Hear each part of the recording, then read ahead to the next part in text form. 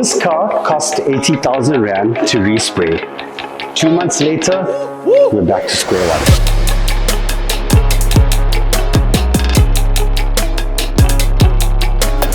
Hey guys, it's Avi from EXD, and today we're talking about all things PPF. We're going to talk about why you should get PPF, what is PPF, what's the benefits of having PPF, and the cost of not having PPF on your car. So let's talk about the Joburg problem, right?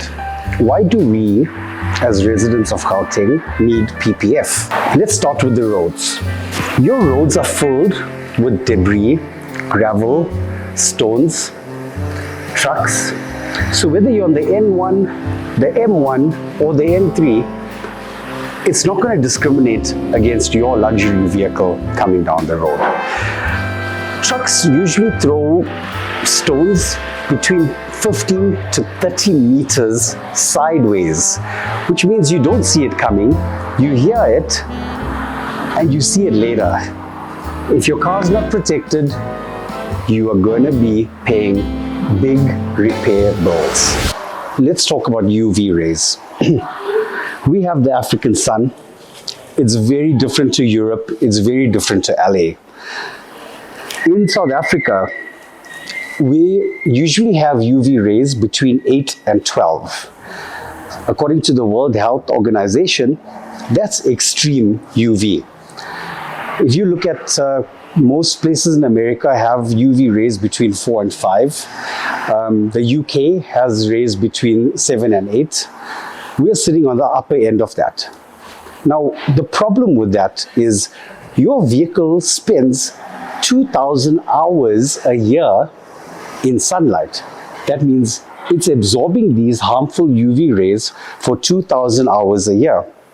You might not recognize or see the defects immediately, but given time, you're definitely going to see oxidation, you're going to see your paint fading, you're going to need to respray your car if you don't have any protection.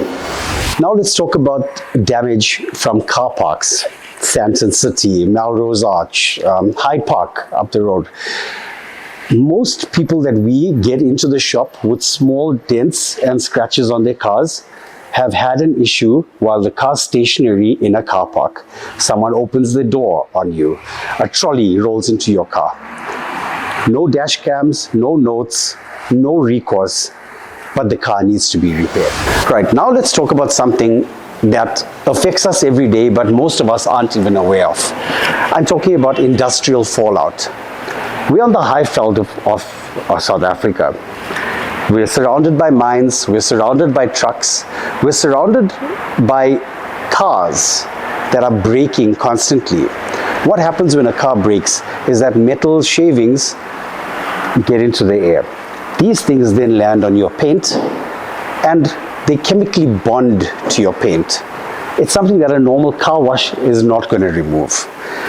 If you see on a white car sometimes these little brown flakes on your car, that is iron fallout, and that is a secret killer of paint. How many of us buy an iPhone and won't leave the shop without a screen protector and a cover? And how much is an iPhone? Like 30K? Now, the same people will buy a car for 2 million Rand and not protect the paint. How does that make sense? So, let's talk about the cost. Not the cost of protection, the cost of not being protected. This is a Bentley Continental GT. Probably retails for around 4.5 million Rand. We charged this customer 80,000 Rand to respray the car because it came in with a lot of stone chips and dings across the vehicle. The car was unprotected. When he left us, he refused to protect it and was willing to take the risk. The car's back in the shop now to respray the bonnet again. Respraying a bonnet on a car like this probably costs you between 12 to 18,000 Rand. So PPF sometimes seems like an expensive option because you're paying for it all at once. But when you accumulate 5 years of driving this vehicle and the number of stone chips that you're going to have, the number of scratches you're going to get on the car, PPF is like a no-brainer, basically. So what is PPF? PPF is paint protection film, also known as TPU, thermoplastic polyurethane.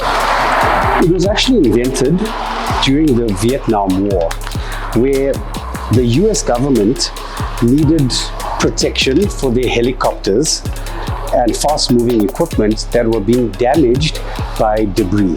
3M, I think it was, came up with the solution, and they came up with the first version of paint protection for PPF. Many people think PPF is a coating, but it's not. In actual fact, PPF is armor that stands between the road and your car. So when the war was over in the 1980s, motorsport adopted PPF.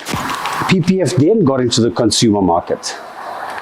And this is honestly where PPF got a bad rep from. Initially, people called PPF clear bra, and it was partial coverage on the front of a vehicle, but the film was very thick, it looked horrible, collected dirt, bubble, didn't stick well.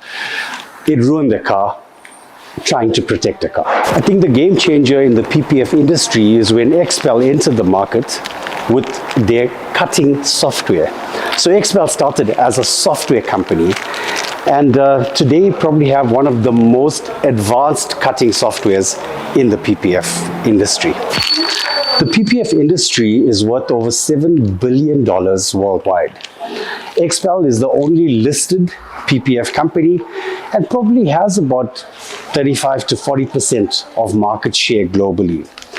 That's one of the reasons we chose to use XPEL and only XPEL at EXD.